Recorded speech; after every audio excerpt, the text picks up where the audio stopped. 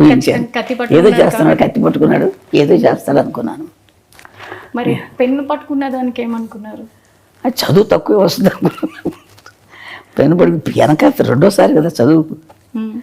ఇది కష్టపడి పని చేస్తాడు, ప్రజల కోసం చేస్తాడు, ఏదైనా చేస్తాడు అనుకునేదని. కోపంగా అందరినీ రక్షించడానికి చేస్తాడు అనుకున్నాను. అంటే వాళ్ళ నాన్నగారు బాగా తిరుగుతారండి, ఆయన కూడా పోలీస్ డిపార్ట్మెంట్ కదా, ఆయన బుద్ధులన్నీ ఉన్నాయి ఆయనకి, ఆయన గుణాలే ఉన్నాయి ఆయనకి. ఈయన కూడా కొంచెం తిరగటం, కోపం అన్నీ ఉన్నాయి. ఆయన కూడా అట్లా తిరిగేవారు. ఆయన ప్రభావం ఆయన మీద చిన్నప్పటి నుంచి ఉండేదా? చిన్నప్పటి నుంచి వాళ్ళ నాన్నగారితో బాగా ఎక్కువ ఉండేవాడు. అటాచ్మెంట్ ఎక్కువ. లాస్ట్ కదా వాళ్ళ నాన్నగారు లాగా ఉంటాడు బుద్ధిగా.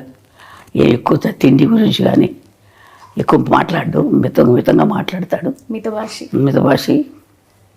అందుకని వాళ్ళ నాన్నకి ఇష్టం ఈ కొడుకు అంటే ఎక్కువ.